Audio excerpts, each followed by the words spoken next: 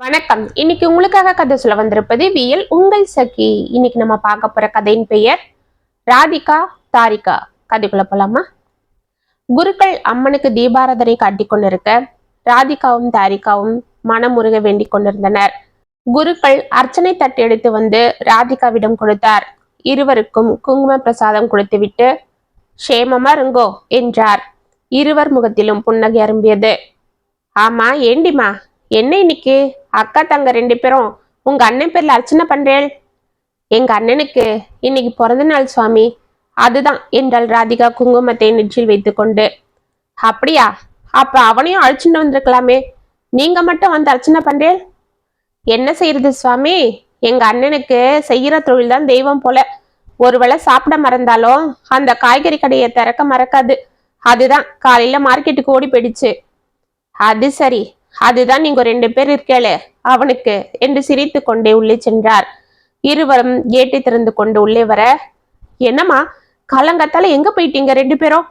நான் பயந்தே போயிட்டேன் என்று கேட்டுக்கொண்டே அவர்களிடம் வந்தான் கண்ணன். அண்ணா, நாங்க எங்க போயிட போறோம் உன்னை விட்டுட்டு? கோவிலுக்கு தான் போயிருந்தோம். இன்னைக்கு உனக்கு பிறந்த நாள், அதுவுமா உன்னை கோவிலுக்கு வர சொன்னா நீ எங்க வர? காலையில லோடு வருதுன்னு ஓடிட்ட.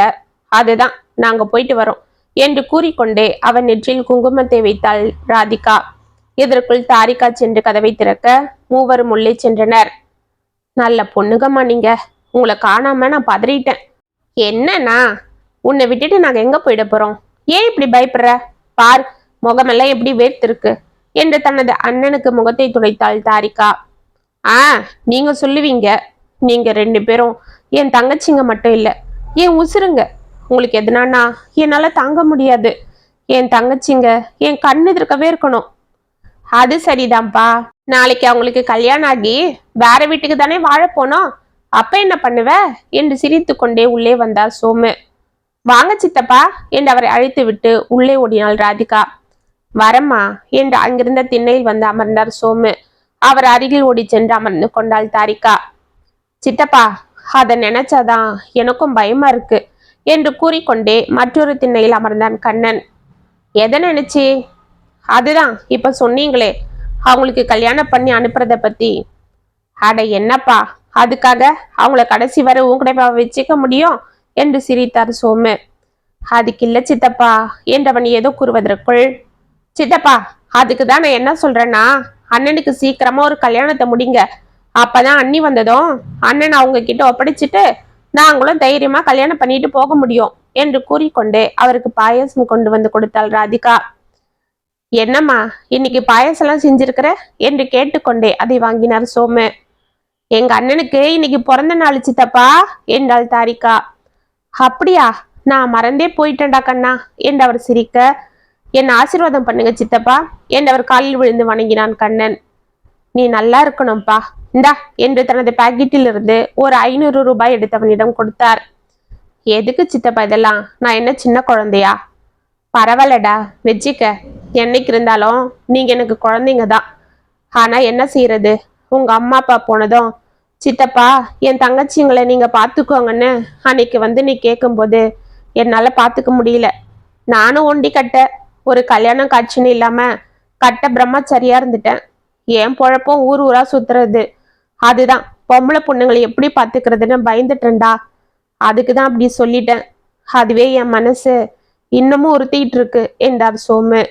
அட என்ன சித்தப்பா, அதுதான் நீங்க அடிக்கடி வந்து எங்களை பார்த்துட்டு இருக்கீங்களே, அது போதாதா? சரி விடுங்க. நாம ராதிகாக்கு ஏதோ வரன் வந்திருக்கிறதா சொன்னீங்களே, அது என்ன ஆச்சுன்னு சொல்லுங்க. பேசாம இரு. நான் வேலை கிடைச்சதுக்கு அப்புறம் தான் கல்யாணம் பண்ணிப்பேன். இந்த வருஷம் தான் படிப்பை முடிச்சேன், அதுக்குள்ள என்ன கல்யாணம்? முதல்ல எங்களுக்கு ஒரு அண்ணி வேணும். இத்தனை வருஷம் ஏன் சமையலையே சாப்பிட்டு சாப்பிட்டு போர் அடிச்சு போச்சு. அண்ணி வந்து அவங்க கையால சாப்பிட்டாதான் எனக்கு சந்தோஷமே என்றாள் ராதிகா. ஆமா, எனக்கும் அப்படிதான் என்றாள் தாரிகாவும். ஏய், என்ன இது? வயசு பொண்ணுங்களை வீட்டுல வச்சுக்கிட்டு தடிமாடு நான் கல்யாணம் பண்ணிக்கிட்டா ஊர்ல எல்லாரும் சிரிப்பாங்க. ஏய் கண்ணா, யாரும் ஒன்னும் சொல்ல மாட்டாங்கப்பா. இந்த வீட்டுல ஒரு கல்யாணம் காட்சினா எல்லாத்தையும் பொறுப்பா எடுத்து செய்ய ஒரு பொம்பளை வேணும்பா. அந்த குழந்தைங்களுக்கு அப்பனா நீ இருந்து பார்த்தாலும் ஆத்தாளா அந்த இடத்துக்கு ஒரு பொண்ணு பார்த்தாதாப்பா எல்லாம் நிறைவா நடக்கும். புருஷன் பொண்டாட்டியா இருந்துதான் அந்த குழந்தைங்கள நீங்க கரை சேர்க்கணும், அதுதான் நல்லது. அதுக்கு தான் சொல்றேன். ராதிகாவும் தாரிகாவும் சொல்றது போல முதல்ல இந்த வீட்டுக்கு ஒரு பொண்ணை கொண்டாடுவோம். நம்ம மேலப்பட்டியிலிருந்து ஒரு நல்ல இடம் வந்திருக்கு. பொண்ணு பேரு வசந்தியா. படிப்பு ஒன்றும் பெருசா இல்லை, 10வது தான் படிச்சிருக்கு. ஆனா பார்க்க லட்சணமா இருக்குப்பா. சின்ன வயசுல இருந்து கஷ்டத்தை பார்த்து வளர்ந்தவ, அதனால குடும்பத்தை பொறுப்பா பார்த்துப்பான்னு என் மனசுல படுது. அதுவும் ஆத்தா இல்லாம வளர்ந்த புள்ளதான்ப்பா. அதுக்கும் அந்த அருமை தெரியும். அது இங்க வந்தா இந்த பிள்ளைங்களை நல்லா பார்த்துக்கொண்டு தோணுது. நீ சரின்னு சொன்னா அடுத்த வாரமே போய் ஒரு 8 பொண்ணை பார்த்துட்டு வந்துடுவோம். என்ன சொல்ற என்றார் சோமு. சித்தப்பா, அது என்று கண்ணன் தயங்க. சித்தப்பா, அண்ணன் என்ன கேக்குறது? நீங்க சொல்றதெல்லாம் வச்சு பார்த்தா அண்ணி ரொம்ப நல்ல மாதிரி தான் தெரியுது. நாம இந்த வாரமே பொண்ணு பார்க்க போயிடலாம். நீங்க அவங்க கிட்ட சொல்லிடுங்க என்றாள் தாரிகா. ஏய் தாரிகா என்று கண்ணன் குரல் கொடுக்க, அண்ணா பேசாம இரு. அவ சொல்றதுல என்ன தப்பு இருக்கு? அவ சரியாதான் சொல்றா. சித்தப்பா, இந்த வெள்ளிக்கிழமையே பொண்ணு பார்க்க வரோன்னு நீங்க அவங்க கிட்ட சொல்லிடுங்க என்றாள் ராதிகா. சரிம்மா, அப்ப நான் போய் அதுக்கான ஏற்பாடு பண்றேன் என்று அவர் சிரித்து கொண்டு எழுந்து செல்ல, ஏய் வாளுங்களா, என்ன இது பெரிய மனுஷங்க போல என்ன கேட்காம நீங்க பட்டுக்கிட்டு பொண்ணு பார்க்க ஏற்பாடு பண்ணிட்டு இருக்கீங்க என்று அவர்கள் இருவரின் காதை பிடித்து திருகினான் கண்ணன். ஆ அண்ணா, வலிக்குது, கையை எடு. இதோ பாரு, இப்ப நாங்க தான் இந்த வீட்டுக்கு பெரிய மனுஷங்க. நீ எங்க பேச்ச கேட்டுதான் ஆகணும். பேசாம அண்ணி கழுத்துல தாலியை கட்டு.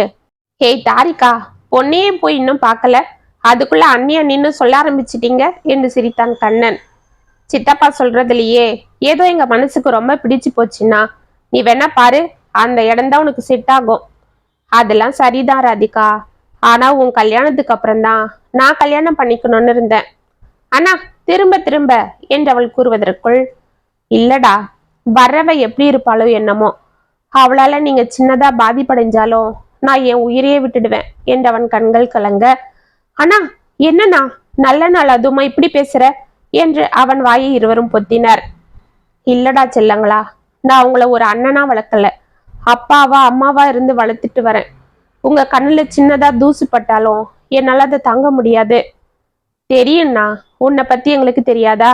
நீ ஒன்னும் பயப்படாத, அந்த ஆண்டவன் எங்களுக்கு ஒரு நல்ல அண்ணியதான் அனுப்ப இருப்பாரு என்று சிரித்தாள் ராதிகா. ஆமண்ணா, நீ தைரியமா கல்யாணம் பண்ணிக்க பாரு, அப்புறம் நம்ம இப்படி இருக்க போறேன்னு என்று தாரிகாவும் சிரித்தாள். பிறகு அந்த வெள்ளிக்கிழமை அவர்கள் வசந்தியை பெண் பார்க்க செல்ல, வசந்தியின் அடக்கமான குணம், மிதமான அழகு அனைத்தும் அவர்களுக்கு பிடித்து விட்டது. கண்ணனையும் வசந்திக்கு பிடித்து விட்டது என்பது அவள் முகத்தை பார்த்தாலே தெரிந்தது. அனைவருக்கும் திருப்தியாக 3 மாதங்களில் திருமணமும் நடந்தேறியது. வசந்தியும் புகுந்த வீட்டில் அடியெடுத்து வைக்க அவளை மூவரும் அன்போடு தாங்குவதை பார்த்து பூரித்து போனாள். கண்ணன் தனது தங்கைகள் மீது வைத்திருந்த அன்பையும் அவர்களும் தனது அண்ணன் மீது வைத்திருக்கும் பாசத்தையும் பார்த்து அவள் வியந்து கொண்டிருந்தாள். அன்று மார்க்கெட்டில் இருக்கும் தனது காய்கறி கடைக்கு வியாபாரத்துக்கு கிளம்பி கொண்டிருந்த கண்ணன் ராதிகாவிடம் கேட்டு 10 ரூபாவை வாங்கி கொண்டு கிளம்ப, என்னங்க இது, நானும் வந்ததுல இருந்து பார்த்துட்டு இருக்கிறேன். உங்க தங்கச்சி கிட்ட எதுக்கு தினமும் 10 ரூபாய் வாங்கிட்டு போறீங்க என்று ஆச்சரியமாக கேட்டாள் வசந்தி. அதுவா வசந்தி, அவ ஒரு அதிர்ஷ்ட தேவதை என்றான் கண்ணன். ஆமா ஆமா, அதுக்கு ஒரு கதையும் சொல்லும் பாருங்க எங்க அண்ணன் என்று சிரித்தாள் ராதிகா. அப்படியா, அது என்ன? ஒரு வாட்டி நம்ம ஊர்ல தக்காளில நல்ல மகசூல் வந்தது. நானும் எக்ஸ்ட்ராவா 4 மூட்டை வாங்கி போட்டுட்டேன். கடைசியா பார்த்தா மார்க்கெட்ல என்ன போல நிறைய வியாபாரிங்க வாங்கி போட்டிருந்தாங்க. ஏகத்துக்கும் குவிஞ்சு கிடந்தது. நாங்கெல்லாம் கிலோ 2 ரூபாய் வரை குறைச்சி சொல்லியும் நிறைய தக்காளிங்க அப்படியே தேங்கி போச்சு. அன்னைக்கு விற்கலனா எல்லாத்தையும் கீழே தான் கொட்டணும்னு முடிவோட இருந்தேன். இருந்த பணத்தை எல்லாம் அதுல கொண்டு போய் அவசரப்பட்டு முடக்கிட்டுமேன்னு மனசு கடந்து அடிச்சுக்கிச்சு. அப்பதான் என் தங்க அவ கையில இருந்த 10 ரூபாய் கொடுத்து, அண்ணா இந்த பணத்தை வச்சுக்க பாரு, உனக்கு இன்னைக்கு வியாபாரம் ஜோரா நடக்கணும்னு சொன்னான். நான் ஏதோ குழந்தை விளையாட்டா சொல்றா, நான் சங்கடப்படக்கூடாதுன்னு எப்படி பண்றான்னு அவ மனச சங்கடப்படுத்தாம வாங்கி பாக்கெட்ல போட்டுட்டு போனேன். அங்க போய் வியாபாரத்துக்கு உட்காரும் போதுதான் அவ கொடுத்த பணம் ஞாபகம் வந்து அதை எடுத்து கல்லாப்பெட்டியில போட்டுட்டு வியாபாரத்தை பார்த்தேன். சொன்ன நீ நம்ப மாட்ட வசந்தி, அன்னைக்கு என் கடையில அப்படி ஒரு கூட்டம். எந்த கடையிலுமே வியாபாரம் ஆகாத தக்காளிலாம் என் கடையில மொத்தமா வியாபாரம் ஆகிடுச்சு. எனக்கு சந்தோஷம் பிடிபடல. அதே போல மறுநாளும் நானா கேட்டு அவகிட்ட இருந்து 10 ரூபாய் வாங்கிட்டு போனேன். அன்னைக்கும் அப்படிதான் நடந்தது. அன்னையில இருந்து என் தங்கச்சி கிட்ட தினமும் 10 ரூபாய் வாங்கிட்டு போயிடுவேன். அப்படி ஒரு அதிர்ஷ்ட தேவதை என் தங்கச்சி என்று சிரித்தான். அப்படியா அண்ணி, அன்னைக்கு ஏதோ நான் சும்மா அண்ணன் கஷ்டப்படுதேன்னு அவருக்கு தைரியம் சொல்ல அப்படி கொடுத்தேன். அன்னைக்குன்னு பார்த்து எதாச்சியா வியாபாரம் நல்லா நடந்தது.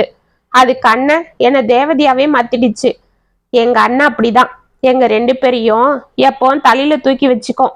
அண்ணா இதோ பாரு, இனிமே என்னை தொந்தரவு பண்ணாத, அண்ணி கையில இருந்தே பணத்தை வாங்கிட்டு போ என்று சிரித்தாள் ராதிகா. ஆ, அதெல்லாம் முடியாது. என்னோட பழக்கத்தை நான் மாற்றிக்கவே மாட்டேன். எனக்கு என் தங்கச்சி தான் அதிர்ஷ்ட தேவதை, அப்புறம் தான் மத்தவங்க என்று சிரித்து கொண்டே கிளம்பினான். அண்ணி தப்பா எடுத்துக்காதீங்க, எங்க அண்ணன் அப்படிதான் எதையும் முன்ன பின்ன யோசிக்காம மனசுல பட்டதை பேசிடும். அதுக்கு உங்களை ரொம்ப பிடிக்கும் அண்ணி என்றாள் ராதிகா. ஆ, அதனால என்ன இருக்கு ராதிகா, நான் அதெல்லாம் தப்பா எடுத்துக்கவே இல்லை. நான் இப்ப வந்தவ தானே, உங்க அண்ணன் கூடவே நீங்க வளர்ந்தவங்க. அது எப்படி ஒரே நாள்ல எல்லாத்தையும் மாத்திக்க முடியும்? சரி சரி, நீ போய் கிளம்பு. எங்கேயோ வேலைக்கு இன்டர்வியூ இருக்குன்னு சொன்னியே, போமா, நான் உனக்கு டிஃபன் ரெடி பண்றேன் என்று உள்ளே சென்றாள் வசந்தி. அவளை அன்போடு பார்த்து கொண்டே ராதிகாவும் சென்றாள். அன்று ராதிகா இன்டர்வியூக்கு சென்றதும் தாரிகா எக்ஸாமிற்காக படிக்க வேண்டும் என்று அமர்ந்து விட வசந்தியை தண்ணீர் எடுக்க பொது கிணற்றுக்கு கிளம்பினாள். என்ன வசந்தி, தண்ணி எடுக்க வந்துட்டியா? ஏன் வீட்டுல உன் நாத்தனாருங்க இல்ல என்று கேட்டாள் அந்த தெருவில் வசிக்கும் பானு. இல்லக்கா, ராதிகா ஏதோ இன்டர்வியூ இருக்குன்னு போயிட்டா. தாரிகாக்கு அடுத்த வாரம் எக்ஸாம் இருக்கான், அதுதான் படிச்சிட்டு இருக்கா. ஆமா, இத்தனை நாளா அவங்க தான் வந்து எடுத்துட்டு இருப்பாளுங்க. அப்பெல்லாம் எக்ஸாம் இல்லையா, இல்ல இன்டர்வியூ இல்லையா? அதெல்லாம் சும்மா. இப்ப நீ வந்துட்ட இல்ல வேலை பார்க்க, அதுதான் உன் தலையில கட்டிட்டாளுங்க என்றாள் பானு. ஆமா ஆமா இருக்கும். என்னவோ இவங்களுக்கு தான் அதிசயமா அண்ணன் மேல பாசம் இருக்கிறது போல ஒரு அடியா காட்டிப்பாளுங்க. அந்த கண்ணன் பையனும் அப்படியே அவங்களை தலையில தூக்கி வச்சு வளர்க்குறான் என்றாள் குமுதா. சரிடி, இத்தனை நாள்னா ஏதோ பரவாயில்ல, இனிமே என்ன? அதுதான் பொண்டாட்டின்னு ஒருத்தி வந்துட்டா இல்ல, இப்போ தான் நான் பார்த்துட்டு இருக்கிறேன். பாவம், இந்த பொண்ணு அவங்க நல்லாதான் ஏமாத்துறாங்க. என்னடி சொல்ற பானு? ஆமாக்கா, இப்போ அந்த கண்ணன் பையன் அதுங்களை தான் தாங்குறான். பாவம், இவளை கண்டுக்கிறதே இல்லை.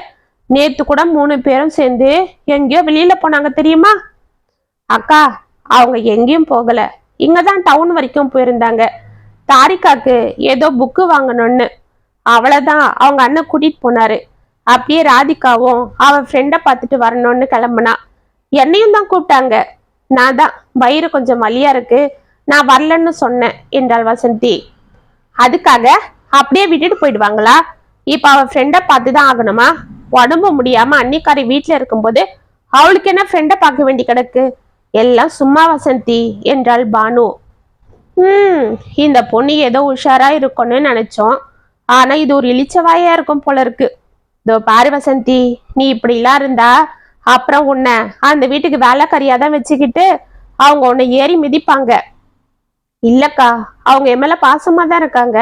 அதுவும் அந்த 2 பொண்ணுங்களும் என்கிட்ட அண்ணி அண்ணின்னு ரொம்ப அன்பா பழகுறாங்க. அதெல்லாம் சும்மா வேஷம். அப்படி நடிச்சா தானே தோ இப்படி உன்னை ஏமாத்த முடியும். அப்புறம் அவங்க அண்ணனும் ஆஹா பாரு, நம்ம பொண்டாட்டி மேல நம்ம தங்கச்சிகளுக்கு எவ்வளவு பாசம் இருக்குன்னு ஏமாறுவாரு. அப்புறம் போக போக அவளுங்க உன்னை என்ன பண்ணாலும் அவரை நம்ப மாட்டாரு. அதுக்குதான் அந்த பொண்ணுங்களும் அப்படி நடிக்கிறாங்க. இது தெரியாம நீயும் அதுங்களை நம்புற. அது சரி, நீ ஒரு வெகுளி பொண்ணா இருக்கிற, ஆனா அதுங்க சரியான கேடிங்க. என்ன இருந்தாலும் படிச்சதுங்க இல்ல, அதெல்லாம் பக்குவமா நடந்து பாளுங்க. பார்த்து உஷாரா இருந்துக்க, அவ்வளவுதான் நாங்க சொல்லுவோம் என்று தண்ணீர் எடுத்து கொண்டு கிளம்பினார். வசந்திக்கு தாரிகா மீதும் ராதிகா மீதும் தேசம் பரவ ஆரம்பித்தது. அன்றிலிருந்து தினமும் அவர்கள் வசந்தியை நன்கு ஏற்றிவிட நாளாவட்டத்தில் வசந்தி முற்றிலும் மாறிப்போனாள். வீட்டில் அதற்கான பிரதிபலிப்பு தெரிந்து கொண்டிருந்தது. இதையெல்லாம் கவனித்த ராதிகாவும் தாரிகாவும் அவளது இந்த மாற்றத்திற்கு காரணம் தெரியாமல் குழம்பிக் கொண்டிருந்தனர். தனது அண்ணனிடம் ஏதாவது சொன்னால் அவன் வருத்தப்படுவான் என்றும் அதோடு வசந்தியை வெறுத்து விடுவான் என்றும் அமைதியாக இருந்தனர். ஒரு வாரம் கண்ணன் கோயம்புத்தூருக்கு காய்கறி லோடு வாங்க சென்று விட கடையை ராதிகா பார்த்து கொண்டிருந்தாள். தாரிகா எக்ஸாமிற்காக படித்துக் கொண்டிருந்தாள். அப்பொழுதுதான் வீட்டில் வசந்தியின் அட்டகாசம் உச்சத்திற்கு வந்தது. என்ன தாரிகா, எந்த வேலை சொன்னாலும் செய்யாம சும்மா எக்ஸாம் இருக்கு படிக்கணும் படிக்கணும்னு உக்காந்து கிடக்குற. உங்களுக்கு எல்லாம் சேவை செய்யவா எங்க அப்பா என்ன உங்களுக்கு நேர்ந்து விட்டுருக்காரு என்று கத்தினாள் வசந்தி. அவளது குரலை கேட்டுவிட்டு துணிகளை அலசி கொண்டிருந்த ராதிகா உள்ளே ஓடி வந்தாள். என்ன நீ, என்னாச்சு என்று அவள் பதற. உன் தங்கச்சியை பாரு, வீட்டுல ஒரு வேலையும் செய்யறதில்ல. இந்த மிளகாவை மிஷின்ல அரைச்சிட்டு வாடின்னு சொன்னா நாளைக்கு எக்ஸாம் இருக்கு நான் படிக்கணும்னு பாரு ரூம்லயே உட்காந்துட்டா. ஆமா அண்ணி, அவ ஒரு வருஷமா இந்த எக்ஸாமுக்காக படிச்சுட்டு இருக்கா. இப்ப எக்ஸாம் டைம்ல அவ கொஞ்சம் ஃப்ரீயா படிச்சாதான் சரியா இருக்கும். அதுக்காக தான் நான் அவளை என் கூட கடைக்கு கூட கூட்டிட்டு போகல. அதுதான் நான் இருக்கனே, நான் போயிட்டு வரேன், நீங்க என்கிட்ட கொடுங்க என்றாள். அப்ப இந்த சாமானை யாரு தேய்க்கிறது? காலையில இருந்து எனக்கு தலைவலி வேற பாடா படுத்துது, சமைக்க முடியுமான்னு வேற தெரியல. சரி அண்ணி, கடைக்கு போயிட்டு வந்து நானே எல்லாம் செஞ்சிடறேன். அப்புறம் கூட நான் மார்க்கெட்டுக்கு போறேன், நீங்க பேசாம ரெஸ்ட் எடுத்துக்கோங்க. இப்ப எல்லாம் செஞ்சுட்டு உங்க அண்ணன் வந்ததும் சொல்லிடுவ, அவர் என்கிட்ட கொச்சிக்கிட்டா? அதெல்லாம் நான் எதுவும் சொல்ல மாட்டேன் அண்ணி. அண்ணன் கேட்டா நீங்க தான் எல்லாம் செஞ்சீங்கன்னு சொல்றேன். நான் எல்லா வேலையும் முடிச்சுட்டே கடைக்கு போறேன், போதுமா என்று உள்ளே சென்றாள். அங்கு தாரிகா அழுது கொண்டு டேபிளில் சாய்ந்து கொண்டிருந்தாள். ஏய் தாரிகா, என்னடி படிக்காம ஏன் அழுதுட்டு இருக்கிற என்று ராதிகா அவள் அருகில் சென்று தோள்களை பிடித்து கொள்ள, அக்கா என்று அவள் அணைத்து கொண்டு ஓவன் அழுதாள் தாரிகா. என்னடி ஏன் இப்படி அழற? அண்ணி திட்டினதுக்கு கஷ்டப்படுறியா? இல்லக்கா, நான் தான் காலையில இருந்து வாசல் பெருக்கி கோலம் போட்டு வீட்டை பெருக்கினேன். ஆமா, நானும் பார்த்தேன். அதே போல தினமும் நீ கடையை பார்த்துக்க போனதும் நான் தான் வீட்டுல எல்லா வேலையும் செய்யறேன். அப்படியும் அண்ணி என்னை ஒரு வேலையும் செய்யறது இல்லைன்னு திட்டுறாங்க, என்னை படிக்கவே விடுறது இல்ல. அதுக்காடி இப்படி அழற? அவங்களுக்கு இதெல்லாம் புதுசு இல்ல, அப்படிதான் இருக்கும், போக போக சரியாயிடுவாங்க. நாம தான் கொஞ்சம் அட்ஜஸ்ட் பண்ணிக்கணும் என்று அவளை சமாதானம் செய்துவிட்டு கடைக்கு சென்றாள் ராதிகா. இதையெல்லாம் வெளியில் இருந்து கேட்டுக்கொண்டிருந்த வசந்தி கோபத்தில் பல்லை கடித்து கொண்டு, ஏய் தாரிகா, என்னையும் அவகிட்ட போட்டு கொடுக்கற? இருடி, நாளைக்கு நீ எப்படி எக்ஸாம் போறேன்னு நானும் பாக்குறேன். வேலை வெட்டி இல்லாம வீட்டுல உட்கார்ந்து இருக்கும் போதே இந்த ஆட்டம் போடுறான்னா இன்னும் இவளுக்கு கவர்மெண்ட் வேலை கிடைச்சிட்டா அப்பா என்ன பண்ணுவாளோ. அதுவும் அவங்க அண்ணன் அப்புறம் சுத்தமா நம்மள மதிக்கவே மாட்டாரு. இப்பவே அவங்க தங்கச்சிங்களை தான் தலையில தூக்கி வச்சுட்டு ஆடுறாரு. இன்னும் சுத்தம். அந்த குமுதாக்கா சொன்னது போல நான் அப்புறம் இவங்களுக்கு வேலைக்காரியாதான் மாறி போயிடணும் என்று மனதில் கருவி கொண்டு உள்ளே சென்று அமைதியாக படுத்துக் கொண்டாள். மறுநாள் காலை வேலை இருப்பதாக சீக்கிரமே கிளம்பி மார்க்கெட்டிற்கு சென்று விட்டாள் ராதிகா. அவள் சென்றதும் தாரிகா எக்ஸாம் இருக்க கிளம்பி கொண்டிருக்க உடம்பு சரியில்லை என்று பொய் சொல்லி ரூமில் படுத்துக்கொண்டு அவளை தயாராக விடாமல் ஏதோ ஒன்று வேலைகள் சொல்லி கொண்டிருந்தாள் வசந்தி. ஒரு கட்டத்தில் தாரிகாவிற்கு கோபம் வந்துவிட்டது. அண்ணி, எனக்கு எக்ஸாமுக்கு நேரமாச்சு, நீங்க பாட்டுக்கு என்னை கிளம்ப விடாம இப்படி வேலை சொல்லிட்டு இருந்தா எப்படி? நான் போக வேண்டாமா என்று கத்தினாள். ஏய் என்னடி, ஒரு அண்ணின்னு கூட இல்லாம என்னை இப்படி எதிர்த்து பேசுற? உனக்கு என்ன பார்த்தா எப்படி தெரியுது? ஓடு காளி என்று கத்தி கொண்டு வெளியே வந்தாள் வசந்தி. என்னது ஓடு காளியா? அண்ணி பார்த்து பேசுங்க, என்ன பார்த்து ஓடு காளின்னு சொல்றீங்க? ஆமாண்டி, எக்ஸாமுக்கு போறவதான் இப்படி சீவி சிங்காரிச்சு கிளம்புவாளா? நீ எக்ஸாம சாக்க வச்சுக்கிட்டு எவன் கூட ஓடி போக பாக்குற? உன்னை பத்தி ஊர்ல எல்லாம் ஒரு மாதிரி தான் பேசுறாங்க. அப்ப நான் நம்பல. ஆனா உன்னோட நடவடிக்கை எல்லாம் பார்த்தா இப்ப எனக்கும் சந்தேகமா தான் இருக்கு. தாரிகா ஒரு நிமிடம் ஆடி போக, அனி என்ன நீ இப்படி பேசுறீங்க? உங்களை நான் அம்மா போல பாக்குறேன், நீங்க இப்படி பேசுறீங்க என்று அவள் தடுமாற, போதும் போதும், எங்க அண்ணன் எனக்கு அப்பா போலன்னு அவரை ஏமாத்திட்டு இருந்தீங்க, இப்ப அம்மா போலன்னு என்ன ஏமாத்த பாக்குறீங்களா? நான் ஒன்னும் உங்க அண்ணன் போல ஏமாந்தவ இல்ல. ஏய் அந்த பேக் இப்படி கொண்டா, வீட்டுல இருக்கிற நகை பணத்தை எல்லாம் சுருட்டிட்டு போனாலும் சுருட்டிட்டு போயிடுவேன் நீ என்று அவள் பேக்கை பிடுங்கி அதில் கையை விட்டு துழாவினாள். அதிலிருந்து ஒரு சிறிய துணிப்பை தொப்பனை கீழே விழ அதை பார்த்து தாரிகா அதிர்ந்தாள். வசந்தி அதை அவசரமாக குனிந்து எடுத்து பார்க்க அதில் நகைகளும் 2 கட்டு 500 ரூபாய் நோட்டுகளும் இருந்தன. இதை பார்த்து தாரிகா திடுக்கிட, அண்ணி என்ன இது, இது எப்படி ஏன் பேக்ல வந்தது என்று பதறினாள். எடுத்து வச்சவ அத நீ தானே சொல்லணும், என்னடி நாடகமா நடிக்கிற என்ற வசந்தி வாய்க்கு வந்ததெல்லாம் பேச தாரிகா இடிந்து போய் அப்படி அமர்ந்தாள். இதற்குள் தாரிகா தாரிகா கிளம்பிட்டியாடி? உனக்கு போன் போட்டாலும் போன் எடுக்கல. அண்ணி அவ கிளம்பிட்டாளா? அவளுக்காக கோவில்ல போய் அர்ச்சனை பண்ணிட்டு வந்தேன். இன்னைக்கு மார்க்கெட்டுக்கு போனாலும் நினப்புலாம் அவகிட்டதான் இருந்தது.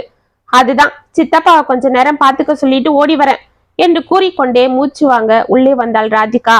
அங்கே கண்ட காட்சி அவளை அப்படியே உரைய செய்தது. தாரிகா சுவரில் சாய்ந்து அழுது கொண்டிருக்க வசந்தி ஆவேசத்தோடு அவளை முறைத்தபடி நின்று கொண்டிருந்தாள். ஏய் தாரிகா, என்னடி எக்ஸாமுக்கு கிளம்பல? ஏன் இப்படி அழுதுட்டு இருக்கிற என்று அவளை தொட்டு எழுப்பினாள்.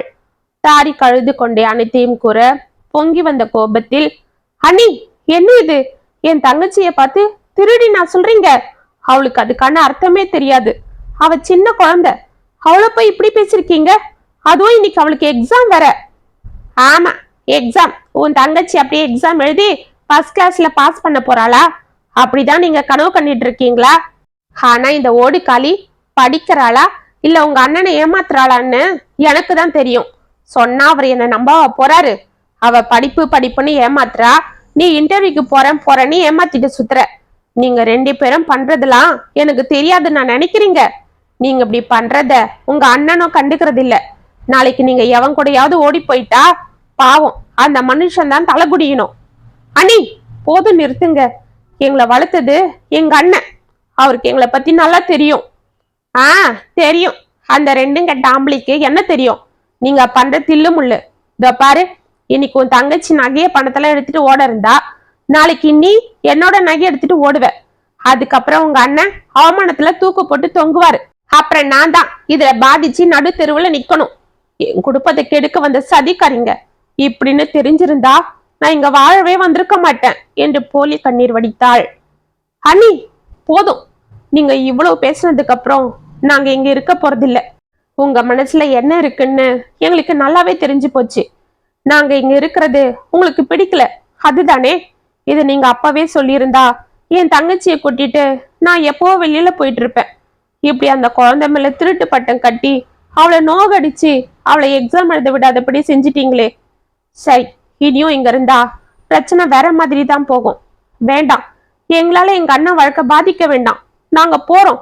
தாரிகா வா, நான் உன்னை பாத்துக்கிறேன் என்று அவள் கைகளை பிடித்து கொண்டு புறப்பட்டாள் ராதிகா. அவர்கள் சென்றதும் வசந்திற்கு சந்தோஷம் பிடிபடவில்லை.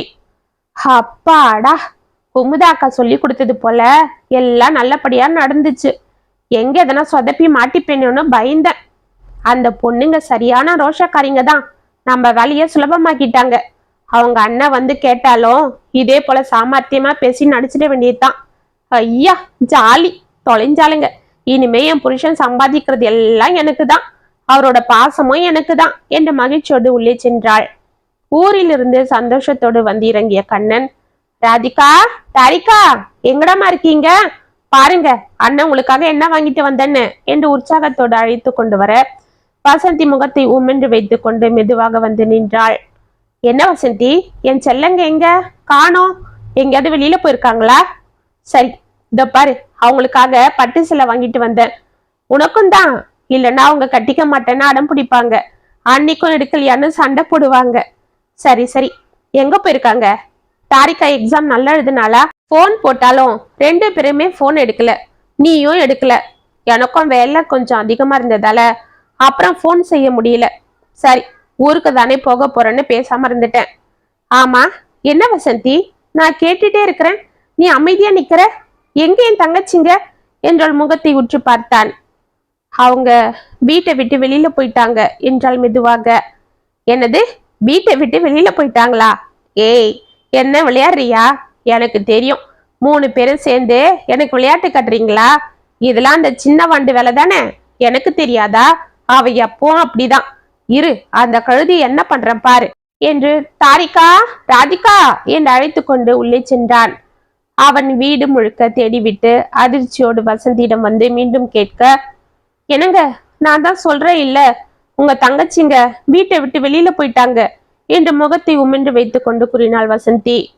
ஏய் என்னடி சொல்ற? அவங்க என்னை விட்டுட்டு போயிட்டாங்களா? எங்க போனாங்க? ஏன் போனாங்க? அவங்க எங்க போனாங்கன்னு எனக்கு தெரியாது. அன்னைக்கு உங்க தங்கச்சி என்று நடந்ததை எல்லாம் திரித்து அவனிடம் கூறினாள். இல்ல இல்ல, இதை நான் நம்ப மாட்டேன். என் குழந்தைங்க திருந்தாங்களா? ஏ பாவி, இதை நான் நம்ப மாட்டேன்டி. நீ இல்ல, அந்த ஆண்டவனே வந்து சொன்னாலும் நான் நம்ப மாட்டேன். அவங்கள நீதான் ஏதோ சொல்லி இருக்கிற. சொல்லு, என் தங்கச்சிங்களை என்ன பண்ண? என்ன பண்ண? அட கடவுளே, அவங்க ஒருவேளை கூட பசி தங்க மாட்டாங்களே. நான் இல்லாம அவங்களால ஒரு நாள் இல்ல ஒரு பொழுது கூட இருக்க முடியாதே. காலேஜ்ல இருந்து நேரா என்னை பார்க்க கடைக்குத்தானே ஓடி வருவாங்க. பெத்த தாயை போல எனக்காக கோவிலுக்கு போறதும் அர்ச்சனை பண்றதும்னு எப்படிலாம் என் மேல பாசமா இருந்தாங்க. இன்னைக்கு அவங்க இல்லாம நான் எப்படி இருப்பேன்? அடி சதிகாரி, நீ தான் என்னவோ பண்ணிட்ட. சொல்லிடி, அவங்கள என்ன பண்ண சொல்லு. என் மேல உயிரே வச்சிட்டு இருக்கிற அவங்க என்னை விட்டு என்ன நடந்தாலும் போக மாட்டாங்க. அப்படி அவங்க போயிருக்காங்கன்னா இங்க என்னவோ நடந்திருக்கு.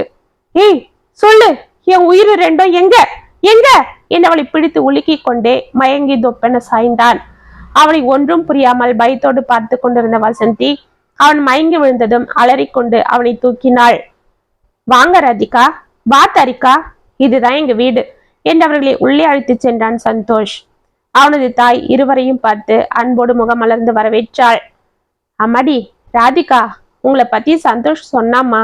அவங்க ஆபீஸ்ல நீ புதுசா வந்து சேர்ந்தியாமே. ஆமா, ஊர்ல இருந்து இப்படி தங்கச்சியை கூட்டிட்டு வந்து ஹோட்டல்ல ரூம் எடுத்து தங்கியிருக்கியே, உங்களுக்கு யாரும் இல்லையாமா என்றாள் கமலா. ராதிகாவும் தாரிகாவும் ஒருவரை ஒருவர் பார்த்து கொண்டு அழுதனர். என்னம்மா, என்ன ஆச்சு? ஏன் அழறீங்க என்று கமலா பதற. ராதிகா, என்ன ராதிகா, ஏன் அழறீங்க? அம்மா அப்படி கேட்டதுல நீங்க எதனா ஃபீல் பண்றீங்களா என்றான் சந்தோஷ். இல்ல சந்தோஷ், அப்படிலாம் ஒண்ணு இல்லை என்று கண்களை துடைத்து கொண்ட ராதிகா, அம்மா எங்களுக்கு சொந்த ஊரு தூத்துக்குடி பக்கம். அங்க வத்தலக்குண்டுன்னு ஒரு சின்ன கிராமத்தை சேர்ந்தவங்க நாங்க. எங்களுக்கு அம்மா அப்பான்னு தனித்தனியா இல்லை, எங்களுக்கு எல்லாமே எங்க அண்ணன் தான் என்று நடந்ததை அழுது கொண்டே கூறினாள் ராதிகா. அட கடவுளே, இப்படியும் நாட்டுல நடக்குமா என்று கமலா பதற சந்தோஷம் அவர்களை பரிதாபத்தோடு பார்த்தான். அதுக்குதாம்மா நான் என் தங்கச்சியை கூட்டிட்டு வந்துட்டேன். ஏற்கனவே இந்த கம்பெனிக்கு நான் இன்டர்வியூ அட்டன் பண்ணியிருந்ததால எனக்கு அந்த வேலைக்கான ஆர்டரும் வந்திருந்தது. அதனாலதான் தைரியமா என் தங்கச்சியை கூட்டிட்டு வந்துட்டேன். எங்களால எங்க அண்ணன் வாழ்க்கை பாதிக்க கூடாது, அவங்க நல்லா இருக்கணும். என் தங்கச்சியை நானே பார்த்துப்பேன். அவ கவர்மெண்ட் எக்ஸாமுக்காக படிக்கிறா, அவளை நான் படிக்க வைக்கணும். இங்க வந்து ஒரு வாரமா நானும் வீட்டுக்காக தேடிட்டு இருக்கிறேன், ஆனா எதுவும் கிடைக்கல. நேத்துதான் சந்தோஷ் கிட்ட பேசுற சந்தர்ப்பம் கிடைச்சது. அவர் தான் எங்க வீட்லயே ஒரு போர்ஷன் காலியா இருக்கு, நீங்க அங்கேயே தங்கிக்கலான்னு கூப்பிட்டுட்டு வந்தாரு என்றாள். அதுக்கு என்னம்மா, நீங்க இங்கேயே தாராளமா தங்கிக்கலாம். சந்தோஷ், இவங்களை கூட்டிட்டு போய் வீட்டை காட்டு. அப்படியே அவங்களுக்கு தேவையான சாமான்லாம் வாங்கிட்டு வா, நான் அதுக்குள்ள எல்லாருக்கும் சாப்பாடு ரெடி பண்ணிடுறேன். ஆமாடி, நீங்க என் குழந்தைங்க போல, இங்க உங்களுக்கு எந்த பயமும் இல்லை. நானும் என் சந்தோஷம் இருக்கும். சரியா? மாடியில தான் உங்க போர்ஷனு, போய் பாருங்க என்றாள் கமலா. மூவரும் மாடிக்கு செல்ல அந்த சிறிய வீட்டை பார்த்ததும் ராதிகா தாரிகாவிற்கு மிகவும் பிடித்து போனது. என்ன, வீடு பிடிச்சிருக்கா என்று கேட்டான் சந்தோஷ். ரொம்ப பிடிச்சிருக்கு. ஆமா, இதுல கட்டிலு சேரு டேபிள்லாம் இருக்கே, இப்ப இங்க யாராவது இருக்காங்களா? இல்ல ராதிகா, இது எங்க அப்பாவோட ரூமு. அவர் ஒரு எழுத்தாளர், அவர் இங்கதான் உட்காந்து கதைலாம் எழுதுவாரு. அவர் இப்ப இல்ல, இறந்து ஒரு வருஷம் ஆகுது. அவரோட ஞாபகமா இருக்கணும்னு எங்க அம்மா இந்த ரூமை யாருக்கும் வாடகைக்கு விடல. நேத்து தான் நான் உங்களை பத்தி சொன்னதும் சரின்னு ஒத்துக்கிட்டாங்க. அப்படியா, ரொம்ப தேங்க்ஸ் சந்தோஷ் என்றாள் ராதிகா. இதுல என்ன இருக்கு? சரி, நீங்க உள்ள போய் குளிச்சுட்டு ஃப்ரெஷ் ஆகி வாங்க, நான் போய் அம்மாக்கு ஹெல்ப் பண்றேன் என்று கீழே சென்றான். அவனை சிரித்த முகத்துடன் பார்த்து கொண்டிருந்தாள் ராதிகா. அக்கா, அவரு ரொம்ப நல்லவரா இருக்காரு இல்லக்கா என்று கேட்டாள் தாரிகா. ஆமாண்டி, ஆபீஸ்ல கூட இப்படிதான், ரொம்ப சுறுசுறுப்பா இருப்பாரு, எல்லாருக்கும் ஹெல்ப் பண்ணுவாரு, ரொம்ப நல்லவர் என்றாள் ராதிகா. சரி சரி என்று தாரிகா அவளை பார்த்து சிரிக்க, ஏய் என்னடி என்று அவள் காதை திருகினாள் ராதிகா. தாரிகாவின் கண்களில் கண்ணீர் துளித்தது. ஏய் ஏண்டி அழற? நான் லேசா தானே திருகின, வலிக்குதா செல்லும் என்று அவள் காதை தடவினாள். இல்லக்கா, நீ இப்படி காதை பிடிச்சி திருகினதும் அண்ணன் ஞாபகம் வந்துடுச்சு என்று அவள் தோளில் சாய்ந்தாள். அழாத தாரிகா, அன்னை இப்ப அண்ணி கூட சந்தோஷமா தான் இருக்கும் என்று அவள் அணைத்து கொண்டாள் ராதிகா. இப்படியே நாட்கள் உருண்டோட அங்கே கண்ணனின் நிலைமை மிகவும் மோசமானது. அந்த ஆஸ்பத்திரியில் கண்ணனை பார்க்க வந்த சோமு அவன் சுய நினைவு இன்றி படுத்திருப்பதை பார்த்தார். அவன் வாய் மட்டும் ராதிகா தாரிகா என்று முனறிக் கொண்டிருக்க, என்னம்மா டாக்டருங்க என்னதான் சொல்றாங்க என்று கவலையோடு சோர்ந்திருந்த வசந்தியை பார்த்தார். அவருக்கு நினைவு வரணும்னா அவங்க தங்கச்சிங்க வந்ததான் முடியும்னு சொல்றாங்க மாமா. இன்னும் ஒரு வாரம் பார்க்கலாம், இல்லைன்னா அவங்கள நீங்க சென்னையில இருக்கிற ஆஸ்பத்திரிக்கு தான் கொண்டு போகணும்னு சொல்லிட்டாங்க. என்னம்மா செய்யறது? நானும் அவங்கள எங்கெங்கயோ தேடி பார்த்துட்டேன். அவங்க எங்க போனாங்கன்னே தெரியல. அன்னைக்கு மட்டும் நான் வீட்டுக்கு வந்திருந்தா இந்த பிரச்சனையே வந்திருக்காது. ராதிகா கொஞ்சம் கடையை பார்த்துக்குங்க சித்தப்பா, தாரிகாக்கு இன்னைக்கு எக்ஸாமு, நான் அனுப்பிட்டு வந்துடுறேன்னு சொன்னான் என்று கலங்கினார் சோமு. எல்லாம் என்னாலதான் மாமா. அவங்க இல்லைன்னா இவர் என் மேல பாசமா இருப்பாரு, எனக்கு மட்டும்தான் அவரோட மொத்த அன்பம் கிடைக்கும்னு முட்டாள்தனமா யோசிச்சேன். ஆனா இவர் இந்த அளவு அவங்க மேல உயிரே வச்சிட்டு இருப்பாருன்னு நான் எதிர்பார்க்கவே இல்லை மாமா என்று கதறினாள் வசந்தி. என்னம்மா இப்படி சொல்ற? அந்த பிள்ளைங்களை இவன் அண்ணனா வளர்க்கல, பெத்த ஆத்தா போல வளர்த்தான். எங்க அண்ணனும் அண்ணியும் இறந்து போகும்போது இவனுக்கு 15 வயசுதான், 10வது படிச்சிட்டு இருந்தான். அதுங்க ரெண்டும் சின்ன பிள்ளைங்க. அவங்க போனதும் பொழப்புக்கு என்ன பண்றதுன்னு தெரியாம தவிச்சிட்டான். அப்பதான் மார்க்கெட்ல அவனுக்கு கூலி வேலை கிடைச்சது. எனக்கும் புள்ள குட்டிங்க கிடையாது, நான் உங்களை பாத்துக்கிறேன், என்கிட்ட வந்துடுங்கன்னு கூப்பிட்டேன். அதெல்லாம் வேண்டாம் சித்தப்பா, நானே சம்பாதிச்சு என் தங்கச்சிகளை வளர்த்துக்கிறேன்னு சொன்னான். ரோஷக்காரன், எங்க அண்ணா நாட்டமே தான். ஆனா என் தங்கச்சிங்களை மட்டும் நீ பாத்துக்க சித்தப்பா, நான் வாரம் ஒரு நாள் வந்து அவங்கள பாத்துக்கிறேன், உனக்கு செலவுக்கும் பணத்தை கொடுத்துறேன்னு சொன்னான். எனக்கு அப்பெல்லாம் ஊர் ஊரா சுத்துற வேலைம்மா, நான் அதுங்களை தனியா விட்டுட்டு எங்கன்னு போறது? அதுதான் என்னால முடியாதுப்பா, நீ வேணா அதுங்களை ஹாஸ்டல்ல சேர்த்து விடுன்னு சொன்னேன். அவனும் அது போல சேர்த்தான். வாரம் ஒரு நாள்னு எல்லாம் வாங்கிட்டு போய் பார்ப்பான்.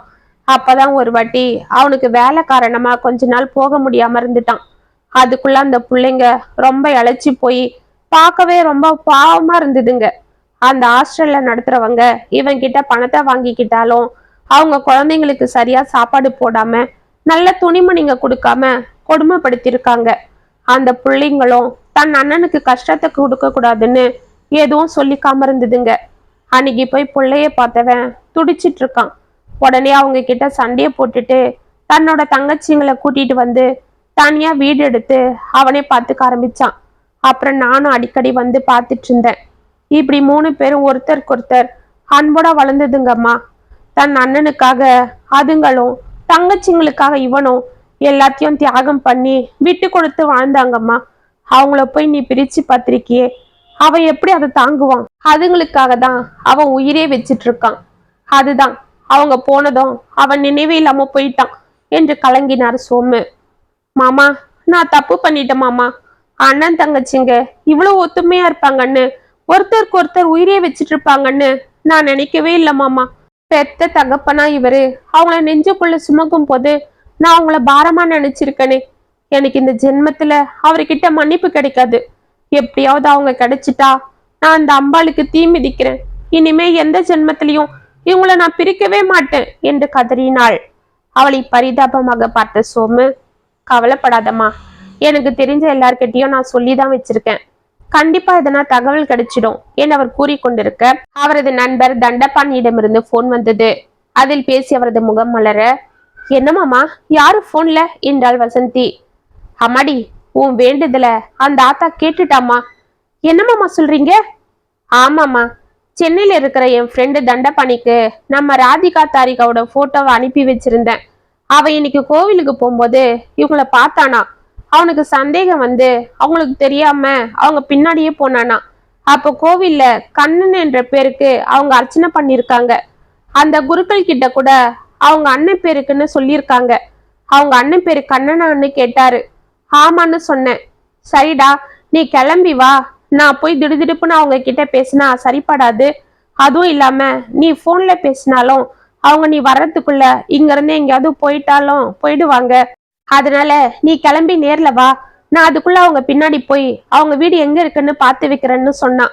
அம்மாடி, நீ இவனை பாத்துக்க, நான் போய் நேர்ல அவங்கள பார்த்து கையோட கூட்டிட்டு வந்துடுறேன் என்று படபடப்பாக எழுந்து கொண்டார் சோமு.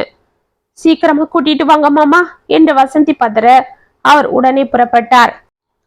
ஊருக்கு சென்றதும் நடந்ததையெல்லாம் அவர் ராதிகா தாரிகாவிடம் கூற அவர்கள் ஓவென கத்தினர்.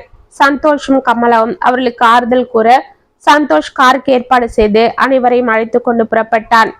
அங்கு கண்ணனின் நிலைமை மிகவும் மோசமாகி போக அவனுக்கு மூச்சு விட சிரமம் ஏற்பட்டு அவனை ஐசியூவிற்கு அழைத்து சென்று மூக்கில் ஆக்சிஜன் பொருத்தினர். டாக்டர்கள் அவன் பிழைப்பது சந்தேகம் என கூறிவிட வசந்தி அப்படி இடிந்து போய் அமர்ந்தாள். காரில் ராதிகாவும் தாரிகாவும் அழுது கொண்டே வர அவர்களை சமாதானம் செய்து கொண்டிருந்தனர் கமலாவும் சோமுவும். சந்தோஷிற்கு அவர்களுக்கு எப்படி ஆதரவு சொல்வது என்று புரியாமல் விழித்துக் கொண்டிருந்தான். கார் ஹாஸ்பிட்டல் வாசலில் நிற்க ஒரே ஓட்டமாக ஓடிய இருவரையும் பார்த்து அழுது கொண்டே ஓடி வந்து அவர்கள் காலில் விழுந்து கதறினாள் வசந்தி. அண்ணி, அண்ணி, என்ன அண்ணி, அண்ணனுக்கு என்ன ஆச்சு? சித்தப்பா என்னென்னவோ சொல்றாரு. நாங்க போயிட்டா நீங்க சந்தோஷமா இருப்பீங்க இல்ல நினைச்சோம். அதனால தானே நாங்க போன் கூட போடாம இருந்தோம். அதுக்காகத்தான் அந்த பழைய நம்பரை கூட நாங்க மாத்திட்டோம். அந்த நம்பர் இருந்தா எங்க அண்ணன் போன் போடும், எங்களை திரும்பவும் கூப்பிடும். நாங்களும் அது பேச்சு மீற முடியாம இங்க வர வேண்டி இருக்கோம். அப்புறம் உங்களுக்கு தான் அதனால கஷ்டமா இருக்கும்னு ஒதுங்கி இருந்துட்டோம். ஆனா எங்க அண்ணன் நாங்க போனதும் சுய நினைவு இல்லாம விழுந்துருச்சாமே என்று கதறினாள் ராதிகா. ஆமா ராதிகா, இப்படி உங்க மேல உங்க அண்ணன் உயிரே வச்சிட்டு இருப்பாருன்னு நான் நினைக்கலாமா? அவரோட அன்பாவே நீங்க இருக்கும் போது அது எனக்கு மட்டும் தான் கிடைக்கணும்னு நான் தான் முட்டாள்தனமா யோசிச்சுட்டேன். என்னை பெத்த தாயா பார்த்த உங்களையும் வீட்டை விட்டு துரத்திட்டேன். என்னை மன்னிச்சிடுங்கம்மா என்று வசந்தி கதற. அண்ணி, என்ன அண்ணி, நீங்க எங்களுக்கு அம்மா போல. நாங்க உங்களை எப்பவும் தப்பா நினைக்க மாட்டோம். சரியா அண்ணா எங்க என்று கதறினாள் தாரிகா.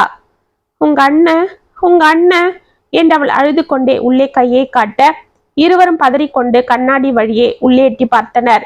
கண்ணன் முகத்தில் ஆக்சிஜன் பொருத்தப்பட்டு சுய நினைவு இன்றி இருக்க, கடவுளே என்ன நீ, அண்ணா இப்படி இருக்கு என்று அலறிக்கொண்டு இருவரும் உள்ளே ஓடினர்.